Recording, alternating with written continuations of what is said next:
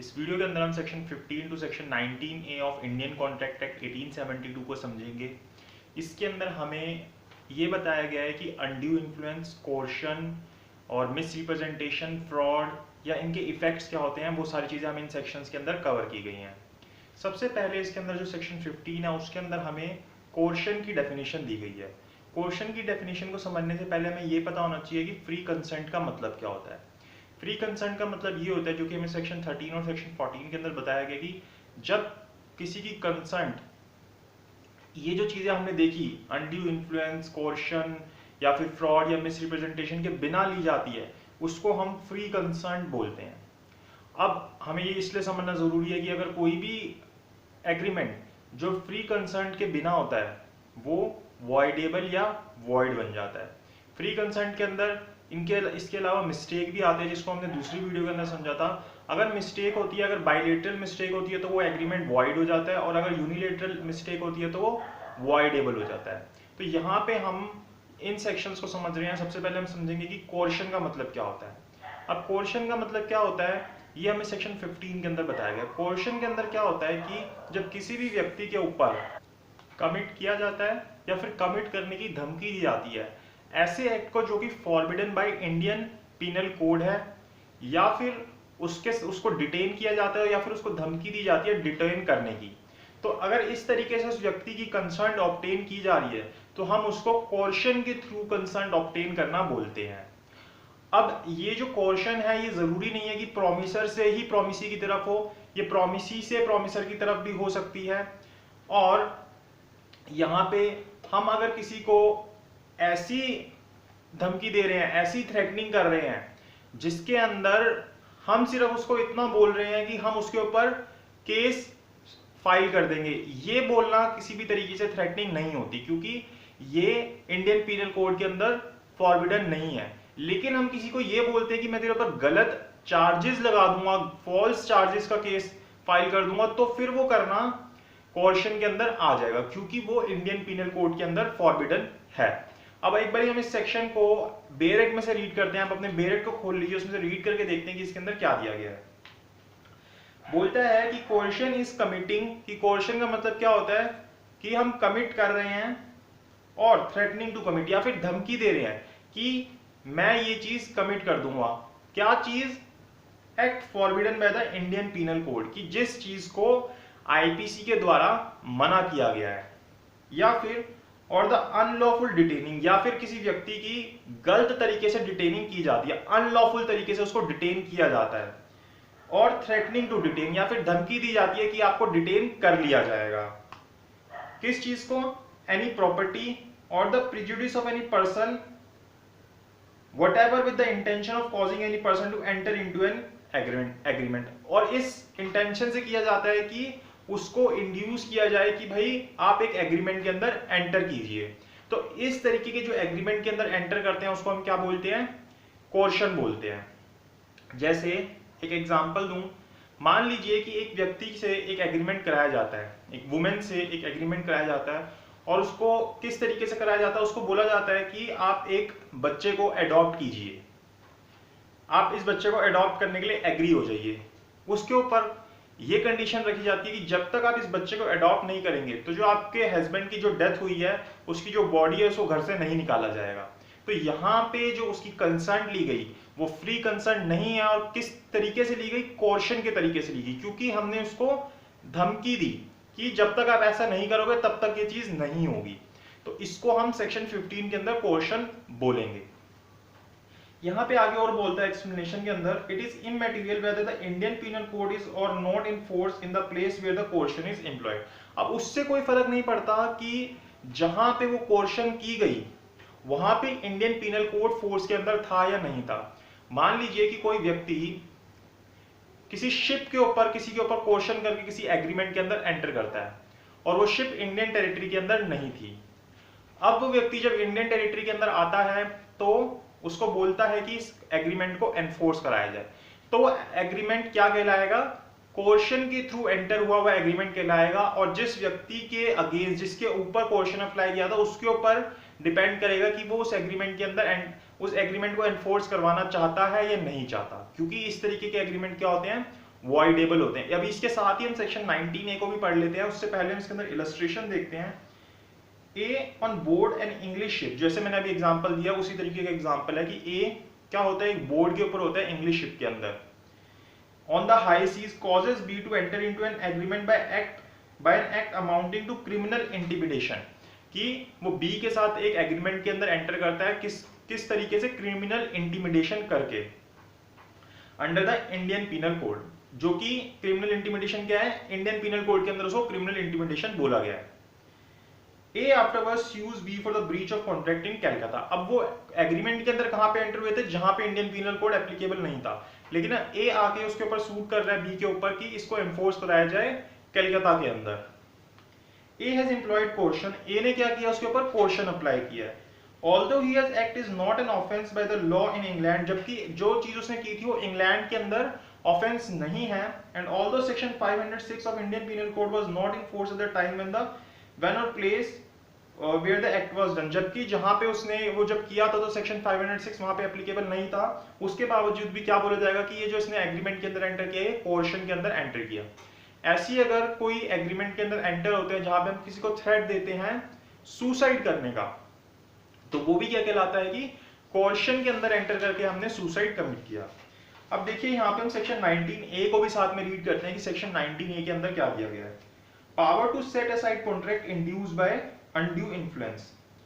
Section 19A को हम पढ़ेंगे अभी अनड्यू इन्फ्लुएंस वाली बात यहाँ पे नहीं, अभी जो नेक्स्ट सेक्शन आएगा उसके साथ पढ़ेंगे। इसके बाद अनड्यू इन्फ्लुएंस का मीनिंग समझाएगा कि अनड्यू इन्फ्लुएंस का मीनिंग क्या होता है।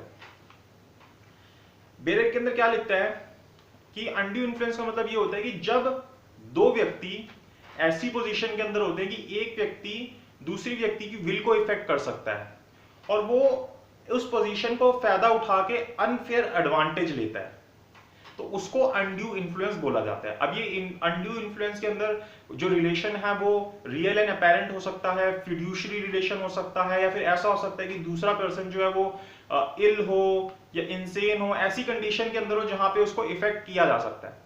तो इस तरीके के जब एग्रीमेंट के अंदर एंटर होते हैं तो उसको बोला जाता है कि वो एग्रीमेंट अनड्यू इन्फ्लुएंस के थ्रू एंटर किया गया है। तो हम सेक्शन 16 के अंदर रीड करते हैं कि अनड्यू इन्फ्लुएंस का मतलब क्या होता है। A contract is said to be induced by undue influence where the relations subsisting between the parties are such that one of the parties in position to dominate the will of the other, कि एक जो party है वो क्या है, इस position के अंदर है कि दूसरी पार्टी की जो विल है उसको डोमिनेट कर सकती है, and uses that position to obtain an unfair advantage over the other, और उस पोजीशन को किस चीज के लिए यूज करती है, अनफेयर एडवांटेज लेने के लिए। पहले तो डोमिनेटिंग पोजीशन के अंदर है ही है, अब उस और जो पोजीशन के अंदर उसको यूज करके उसका अनफेयर एडवांटेज भी लेती है। फिर सब सेक्शन 2 के अंदर बताता है कि कब माना जाएगा कि वो व्यक्ति ऐसी पोजीशन के अंदर है कि वो दूसरी व्यक्ति की विल को डोमिनेट कर सकता है। जैसे सबसे पहले एक क्लॉज ए के अंदर बताता है where he holds a real and apparent authority, कि जहां पे वो कैसी अथॉरिटी होल्ड कर रहा है, real and apparent authority hold कर रहा है ओवर द अदर, और where he stands in a fiduciary relation to other. दो तरीके बताएगी कि रियल एंड अपेरेंट अथॉरिटी और दूसरा फ्यूडिशरी रिलेशन। अब रियल एंड अपेरेंट अथॉरिटी का मतलब क्या होता है, जैसे एम्प्लॉयर एंड एम्प्लॉय का रिलेशन। तो यहाँ पे एम्प्लॉय जो है वो एक ऐसी एम्प्लॉयर जो है वो एक ऐसी पोजीशन में है कि वो एम्प्लॉय को डोमिनेट कर सकता है, तो ये रियल एंड अपेरेंट पोजीशन है। इसको बोला जाएगा कि वो एक ऐसी पोजीशन के अंदर है कि वो उसकी विल को डोमिनेट कर सकता है। ऐसी फ्यूडिशरी रिलेशन का मतलब होता है कि जहां पे ट्रस्ट या फिर कॉन्फिडेंस का रिलेशन होता है, जैसे एक फादर एंड सन के बीच में, जैसे एक एडवोकेट और क्लाइंट के बीच में, जैसे एक डॉक्टर और पेशेंट के बीच में। तो ये माना जाएगा कि जो डॉक्टर या जो एडवोकेट या फादर है वो ऐसी पोजीशन में है कि वो दूसरे व्यक्ति की विल को डोमिनेट कर सकते हैं। अब वो इसको डोमिनेट कर सकते हैं, उसके बाद फिर उसकी ये भी जरूरी होता है कि वो उसकी अनफेयर एडवांटेज ले उस वजह से, उसी के बाद उसको हम अनड्यू इन्फ्लुएंस बोलते हैं। तीसरी चीज बोलता है where he makes a contract with a person whose mental capacity is temporarily और परमानेंटली अफेक्टेड बाय, भाई वो ऐसे व्यक्ति के साथ कॉन्ट्रैक्ट के अंदर एग्रीमेंट के अंदर एंटर करता है जिसकी जो मेंटल हेल्थ है वो क्या है, टेम्पररी, मतलब कि जिस वक्त वो एंटर हुआ, या फिर परमानेंटली इफेक्टेड है किस चीज से, एज की वजह से, इलनेस की वजह से, या मेंटल या बॉडीली डिस्ट्रेस की वजह से, कि भाई उस व्यक्ति की एज 90 से अबव हो रही है, वो चीजों को सोचने के लिए सक्षम नहीं है, या फिर वो मेंटली इल है, या फिर उस वक्त उसको बॉडी के अंदर कोई ऐसी चीज चल रही थी कि जिस वजह से वो अनड्यू इन्फ्लुएंस के अंदर आ जाए, तो उस पोजीशन को हम बोलते हैं कि वो व्यक्ति ऐसी पोजीशन के अंदर है कि वो दूसरे व्यक्ति की विल को डोमिनेट कर सकता है। फिर सबसेक्शन 3 बोलता है where a person who is in position to dominate the will of another enter into a contract with him। भाई जो व्यक्ति ऐसी पोजीशन के अंदर है कि वो दूसरे व्यक्ति की विल को डोमिनेट कर सकता है, वो उस व्यक्ति के साथ कॉन्ट्रैक्ट के अंदर एंटर करता है। And transaction appears on the face of it और ऑन द एविडेंस एड्यूज, और वो जो ट्रांजेक्शन है या फिर जो एविडेंसेस है वो ये चीज शो करते हैं कि वो जो ट्रांजेक्शन के अंदर एंटर हुए हैं टू बी अनकॉन्शियसनेबल, कि वो अनकॉन्शियसनेबल है। भाई इस तरीके की ट्रांजेक्शन के अंदर एंटर की कि एक नॉर्मल व्यक्ति जब एंटर करता है ऐसा, तो इस तरीके की ट्रांजेक्शन नहीं करता। The burden of proving that such contract was not induced by undue influence, अब ये बर्डन प्रूफ करने का कि उसके अंदर अनड्यू इन्फ्लुएंस नहीं किया गया, ये उस व्यक्ति के ऊपर आ जाएगा जो ऐसी पोजीशन के अंदर है जो विल को डोमिनेट कर रहा है।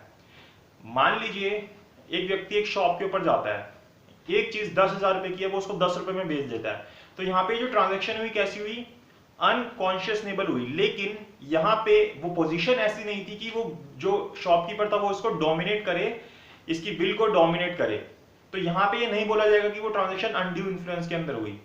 लेकिन यहीं पे अगर ऐसा होता कि एक व्यक्ति एक बैंक के पास जाता या एक पर्सन के पास जाता जिससे उसने पहले बहुत सारे लोन ले रखे थे, अब वो एक और लोन लेने के लिए जाता और वो व्यक्ति उसके ऊपर ऐसी कंडीशन रखता कि इतना ज्यादा इंटरेस्ट रखता जो कि ऑर्डिनरी मैन नहीं लेता, अनकॉन्शियसनेबल ट्रांजैक्शन लगती वो, तो यहाँ पे अब उसके ऊपर जिस व्यक्ति ने उसको लोन दिया उसके ऊपर ये बर्डन आ जाएगा प्रूफ करने का कि ये जो जब उसने लोन दिया उसके ऊपर अनड्यू इन्फ्लुएंस नहीं किया। तो अनड्यू इन्फ्लुएंस का मतलब यही होता है। Nothing in subsection shall affect in provision of section 111 of the Indian Evidence Act। तो सेक्शन 111 का के ऊपर इस सेक्शन को कोई भी इफेक्ट नहीं पड़ेगा। सेक्शन 111 के ऊपर मैंने डिटेल के अंदर वीडियो बना सकी है, तो वो आप मेरे एविडेंस एक्ट की प्लेलिस्ट में जाकर चेक कर सकते हैं कि एविडेंस एक्ट का सेक्शन 111 क्या बोलता है। अब देखिए यहाँ पे इलस्ट्रेशन दे रखी है, इलस्ट्रेशन से हमें और अच्छे से समझ आएगा कि अनड्यू इन्फ्लुएंस का मतलब क्या होता है। A having advance money to his son, कि ए ने क्या किया, अपने बेटे को एडवांस मनी दे रखी थी जो कि बी है, ड्यूरिंग हिज माइनॉरिटी, और वो कब दी थी, जब वो बच्चा छोटा था, मतलब 18 साल से छोटा था। Upon B's coming of age obtains by misuse of parental influence, A bond B for a greater amount than the sum due in respect of the advance, A employs undue influence। और जब B major होता है, मतलब एक ऐसी as में आता है कि जब वो बॉन्ड बना सकता है, तो उसके पेरेंट्स उसको दबाव बना के उसके ऊपर उससे उस जितना अमाउंट उन्होंने दिया था उससे ज्यादा का बॉन्ड उससे बना लेते हैं। तो यहाँ पे ये बोला जाएगा कि उनके पेरेंट्स ने उसके ऊपर अनड्यू इन्फ्लुएंस किया, क्योंकि वो एक ऐसी पोजीशन के अंदर थे कि वो उसकी विल को डोमिनेट कर सकते थे, और उन्होंने उसकी विल को डोमिनेट करके वो अनफेयर एडवांटेज ली, क्योंकि जितना अमाउंट देना था उससे ज्यादा अमाउंट कैसे ले रहे हो आप। ऐसी a man enfeebled by disease or age is induced by B's influence over him as his medical attendant to agree to pay B unreasonable sum for his professional service, B employs undue influence। कि भाई अगर एक व्यक्ति किसी भी disease से सफर कर रहा है और उसके जिस डॉक्टर के पास वो गया, जो भी उसका मेडिकल अटेंडेंट था, वो मेडिकल अटेंडेंट उससे अनरीजनेबल फीस लेता है, तो यहाँ पे बोला जा सकता है कि उसने उसके अनड्यू इन्फ्लुएंस किया। उसके बाद हम आते हैं सेक्शन 17 के ऊपर, जहां पे हमें फ्रॉड के बारे में बताया गया कि फ्रॉड क्या होता है, फ्रॉड का मीनिंग बताया गया। फ्रॉड के अंदर बेसिकली होता क्या है कि हम किसी भी व्यक्ति को डिसीव करते हैं, इंटेंशनली डिसीव करते हैं, धोखा देते हैं किसी को। यहाँ पे हमारी इंटेंशन ही ऐसी होती है कि हम दूसरे व्यक्ति को धोखा देना चाहते हैं। अब यहाँ पे पहले हम सेक्शन को रीड करते हैं और फिर डिटेल में देखते हैं कि फ्रॉड का मतलब क्या होता है। फ्रॉड मीन्स एंड इंक्लूड्स, मतलब कि अब दोनों वर्ड यूज किए, मीन्स एंड इंक्लूड्स, तो ये inclusive as well as exhaustive definition है। तो means and include any of the following acts committed by a party to a contract, की अब दोनों पार्टी में से कोई भी कर सकता है, दोनों में से व्यक्ति में से कोई भी कर सकता है जो कॉन्ट्रैक्ट के अंदर पार्टी है, और विद हिज कन्वीनियंस और बाय हिज एजेंट, और दोनों के ही एजेंट भी कर सकते हैं ये चीज, with intent to deceive another. क्या इंटेंशन है उसकी, उनकी नीयत कैसी है कि वो दूसरे व्यक्ति को क्या करना चाहते हैं, डिसीव करना चाहते हैं, धोखा देना चाहते हैं। अनदर पार्टी देयर टू और हिज एजेंट, वही दूसरे व्यक्ति को या फिर उसके एजेंट को, पहले मतलब दोनों में से किसी भी पार्टी खुद या उसका एजेंट दूसरी पार्टी को या उसके एजेंट को डिसीव करना चाहते हैं, इसी इंटेंशन से वो ट्रांजैक्शन करते हैं। और to induce him to enter into the contract, या फिर उसको इंड्यूस करते हैं कि वो इस गलत जो चीज उनको बताई जा रही है उसके वजह से वो इस एग्रीमेंट के अंदर एंटर हो जाए, तो उसको हम फ्रॉड बोलते हैं। अब यहाँ पे बताता है आगे क्या बोलता है कि वो किस तरीके से होता है, the suggestion as a fact of that which is not true by one who does not believe it to be true। अब यहाँ पे क्या किया जाता है कि इस तरीके का सजेशन दिया जाता है एक ऐसे फैक्ट के रिगार्डिंग जो दूसरे व्यक्ति को पता था कि ये सच नहीं है, उसके बावजूद भी वो उसको बोलता है कि ये चीज एग्जिस्ट करती है, ट्रू है, तो उसको हम बोलते हैं कि उसने फ्रॉड किया है। ऐसी दूसरी बात बताता है the active concealment of a fact by one having knowledge और बिलीफ ऑफ द फैक्ट, कि उसको पता थी कि ये चीज ऐसी है और वो उसको एक्टिवली कंसीव करता है, तो कंसील करता है, तो वो बोला जाएगा कि उसने फ्रॉड कमिट किया है। भाई छुपा रहा है वो उस बात को, जो बात उसको दूसरे व्यक्ति को बतानी थी वो बात वो उससे छुपा रहा है, तो बोला जाएगा कि उसने फ्रॉड कमिट किया है। ऐसे ही अगर कोई व्यक्ति किसी के साथ प्रॉमिस करता है इस इंटेंशन से कि ये जो मैं प्रॉमिस कर रहा हूं इसको पूरा ही नहीं करूंगा, तो उसको भी फ्रॉड बोला जाएगा। Any other act fitted to deceive, या किसी भी तरीके का एक जो जिसको हम जिसके अंदर डिसीव बोल सकते हैं कि किसी भी तरीके से डिसेप्शन हो रहा है, उसको हम फ्रॉड बोलेंगे। या फिर कोई और चीज, कोई भी ओमिशन, या फिर जो लॉ ने स्पेशली बोल रखा होगी अगर ये चीज होगी तो इसको फ्रॉड बोला जाएगा, तो वो सारी चीजें फ्रॉड के अंदर आएंगी। Mere silence as to fact likely to effect the willingness of a person to enter into a contract is not fraud. लेकिन अगर आप किसी चीज के रिगार्डिंग साइलेंट रहते हैं तो उसको नहीं बोला जाएगा कि वहां पे फ्रॉड हुआ। जैसे अगर एक बच्चा, उसको पता था कि मेरी जो अटेंडेंस है वो पूरी नहीं है और इस वजह से मैं अपने एग्जाम्स नहीं दे सकता, लेकिन जब वो अपना फॉर्म भरता है उसके अंदर वो नहीं बताता कि मेरी जो अटेंडेंस है वो पूरी नहीं है और चुप रहता है उस बात पे। तो यहाँ पे अगर यूनिवर्सिटी ये बोले कि इस व्यक्ति ने इस चीज को कंसील किया, तो इसका मतलब ये नहीं है कि उसने फ्रॉड किया, वो सिर्फ उसके ऊपर साइलेंट रहा, क्योंकि जो यूनिवर्सिटी वो भी तो उस चीज को पता कर सकती थी अपने आप, तो सिर्फ साइलेंस रहना अपने आप में फ्रॉड नहीं होता। ये चीज एक केस था श्री कृष्णा वर्सेस कुरुक्षेत्र यूनिवर्सिटी का, उसके अंदर सेम फैक्ट्स है, उसमें यही चीज हुई थी, तो वहां पे यही बोला गया था कि इसको हम फ्रॉड नहीं बोलेंगे। लेकिन जहां पे उस व्यक्ति की ड्यूटी बनती है बोलना, कि अगर वो नहीं बोलेगा तो उस चीज को ऐसा मान लिया जाएगा, तो फिर वहां पे उसको हम बोलेंगे कि उसने फ्रॉड कमिट किया है। आगे क्या बोलता है, unless the circumstances of the case are such that regard being had to them, it is the duty of the person keeping silence to speak, or unless his silence is in itself equivalent to speech, कि अगर वो चुप रहेगा तो ऐसा मान लिया जाएगा कि उसने बोले ही है वो चीज जो चीज असलियत में एग्जिस्ट नहीं करती, ऐसे सर्कमस्टांसेस है तो फिर उसको फ्रॉड मान लिया जाएगा। जैसे कि मान लीजिए वो आधा सच बोलता है, आधी चीज तो बताता है लेकिन आधी चीज छुपा लेता है, तो उसको भी फ्रॉड बोला जाएगा। ऐसे ही तो हमें इसके अंदर यही पता चलता है कि फ्रॉड क्या होता है। यहाँ पे देखते हैं इसके एग्जांपल दिए गए हैं, A sells by auction to B a horse which A knows to be unsound, कि भाई ए बी को एक हॉर्स बेचता है जो उसको खुद को पता था कि ये जो हॉर्स है कैसा है, अनसाउंड माइंड का हॉर्स है। A says nothing to B about the horse unsoundness, A B से उसकी अनसाउंडनेस के बारे में कुछ नहीं कहता, this is not frauding A, तो ये फ्रॉड नहीं कहलाएगा, क्योंकि सिर्फ साइलेंस रहना किसी चीज से जहां पे उसकी ड्यूटी नहीं है उस चीज के लिए बोलना, अपने आप में फ्रॉड नहीं कहलाता। B is A's daughter and has just come of age. Here the relation between the parties would make it A's duty to tell B if the horse is unsound. ऐसे ही B says to A, if you do not deny it, B A से कहता है कि अगर आप इस बात को डिनाई नहीं करोगे, I shall assume that the horse is sound, तो उसको बोल देता है कि अगर आप नहीं करोगे तो मैं मान लूंगा कि ये जो horse है वो sound horse है, बिल्कुल ठीक horse है। A says nothing. Here A silence is equivalent to speech. तो यहाँ पे A ने कुछ नहीं बोला क्योंकि उसने बोल दिया था कि अगर आप चुप रहोगे तो मैं मान लूंगा ठीक है। तो यहाँ पे जो A की चुप्पी थी, जो A की साइलेंस थी, वो एक तरीके से उसकी मतलब एक तरीके से उसने उस बात को बोल दिया कि ये हॉर्स ठीक है, तो फिर उसको फ्रॉड मान लिया जाएगा। उसके बाद हम आते हैं सेक्शन 18 के ऊपर, जहाँ पे हमें मिस रिप्रेजेंटेशन की डेफिनेशन को समझाया गया है।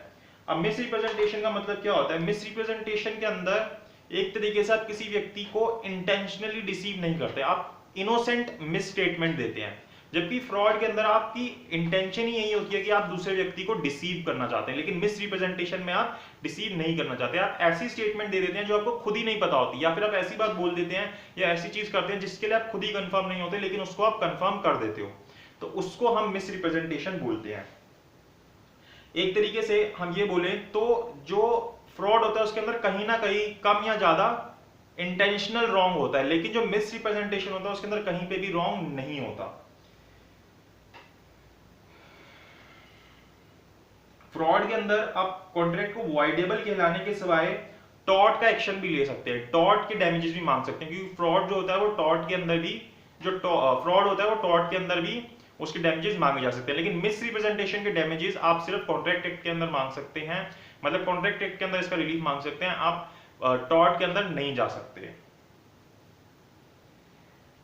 और अगर एक व्यक्ति मिस रिप्रेजेंटेशन की कंप्लेंट कर रहा है तो वो उसका डिफेंस ले सकता है कि उसके पास ऑर्डिनरीली ट्रुथ करने के लिए कोई भी ट्रुथ पता करने के लिए कोई भी तरीका नहीं था। लेकिन फ्रॉड के अंदर ऐसा नहीं डिफेंस लिया जा सकता, लेकिन सिर्फ तभी लिया जा सकता है जहां पे वो साइलेंट रहता है। तो ये डिफरेंस होता है मिस रिप्रेजेंटेशन और फ्रॉड के अंदर। अब हम मिस रिप्रेजेंटेशन की डेफिनेशन पढ़ते हैं। मिस रिप्रेजेंटेशन का मतलब क्या होता है? Means and include positive assertion, कि आप क्या करते हो, एक तरीके से एक दावा कर देते हो, एक पॉजिटिव दावा कर देते हो किस चीज का, in a manner not warranted by the information of the person. मतलब कि जिस चीज के लिए आप खुद ही ऑथेंटिकेट नहीं थे, जो इंफॉर्मेशन आपके पास खुद ही नहीं थी, आपको सही सोर्स से नहीं मिली थी, जो सही नहीं थी, उसको आप बोल देते हो कि वो जो इंफॉर्मेशन है वो ट्रू है, तो वो क्या है? मिस रिप्रेजेंटेशन है। ऐसी एनी ब्रीच ऑफ ड्यूटी, कि आप किसी भी ड्यूटी को ब्रीच करते हो which without an intent to deceive, और आपकी जो ड्यूटी जब ब्रीच कर रहे होते हो आपकी कोई भी ये इंटेंशन नहीं होती कि मुझे दूसरे व्यक्ति को डिसीव करना है। गेन्स एन एडवांटेज, और उससे कोई एडवांटेज गेन होता है, of the person committing it or anyone claiming under him by misleading another to his prejudice, दूसरे व्यक्ति को मिसलीड करके, or to the prejudice of anyone claiming under him. ऐसी तीसरी चीज बताता है कॉजिंग हाउ एवर इनोसेंटली, कि आप क्या कर रहे हो? कॉज कर रहे हो, लेकिन कैसे? इनोसेंटली कॉज कर रहे हो। A party to an agreement to make a mistake as to the substance of the thing, कि आप किस चीज के रिगार्डिंग क्या कर रहे हो, कि सब्सटेंस है जो उसका, जो जिस कॉन्ट्रैक्ट के अंदर आप एंटर कर रहे हो उस चीज के अंदर उसका जो सब्सटेंस है उसके बारे में आप किसी तरीके से उसको गलत चीज बता रहे हो, लेकिन वो इनोसेंटली बता रहे हो, तो वो क्या कहलाएगी? मिस रिप्रेजेंटेशन कहलाएगी। अब मिस रिप्रेजेंटेशन या कॉर्शन या अनड्यू इन्फ्लुएंस या फिर जो चीजें अभी हमने यहाँ स्टेटमेंट सीखी, इनका इफेक्ट क्या होगा वो हमें सेक्शन 19 और 19A के अंदर बताया गया। सेक्शन 19 बोलता है voidability of the agreement without free consent, कि जहां पे भी कोई कंसेंट फ्री नहीं होगी उस तरीके का एग्रीमेंट क्या होगा? वॉइडेबल होगा। वॉइडेबल मतलब कि जिस व्यक्ति की फ्री कंसेंट नहीं ली गई उसके ऑप्शन के ऊपर होगा कि वो चाहे तो उसको एनफोर्स करा सकता है, ना चाहे तो उसको रिसाइन कर सकता है, खत्म कर सकता है। When the consent to an agreement is caused by coercion, fraud, misrepresentation, the agreement is a contract voidable. तो वो कैसा एग्रीमेंट होगा? voidable होगा। At the option of the parties whose consent was so caused, कि जिस party की concert उस तरीके से ली गई थी उसके ऑप्शन पे वो कहेगा कि नहीं मुझे इसको रिसाइन करना है, तो फिर वो खत्म हो जाएगा, उसको एनफोर्स नहीं कराया जाएगा। वो कहेगा कि इसको एनफोर्स करो, तो फिर उसको आगे पूरा किया जाएगा। यहाँ पे अगर कोई उसने एडवांटेज ले रखी है उसकी, मतलब किसी भी तरीके से कोई भी एडवांटेज, कोई भी पैसा उसने उसके अंदर ले लिया था और उसको पता चलता है कि मेरे साथ जो है मेरी कंसर्ट फ्री नहीं ली गई थी और वो चाहता है कि इसको पूरा ना कराया जाए, तो उसको वो पैसा जो है वो वापस करना पड़ेगा, जो उसने गेन किया वो वापस करना पड़ेगा। फिर सेक्शन 19A के अंदर जो है अनड्यू इन्फ्लुएंस की बात बता देता है, सेम चीज की। अगर कोई व्यक्ति अनड्यू इन्फ्लुएंस की वजह से किसी एग्रीमेंट के अंदर एंटर करता है तो वो भी क्या होता है? वॉइडेबल होता है। Any such contract may be set aside either absolutely or the party who is entitled to avoid it had received any benefit thereunder upon such terms and conditions as to the court may seem just। तो जो भी उसने फायदे उठाए थे, जो भी चीज ली थी, वो चीजें उसको वापस करनी पड़ेंगी। तो ये हमने सेक्शन 15 से लेके section 19A of Indian contract act को समझा।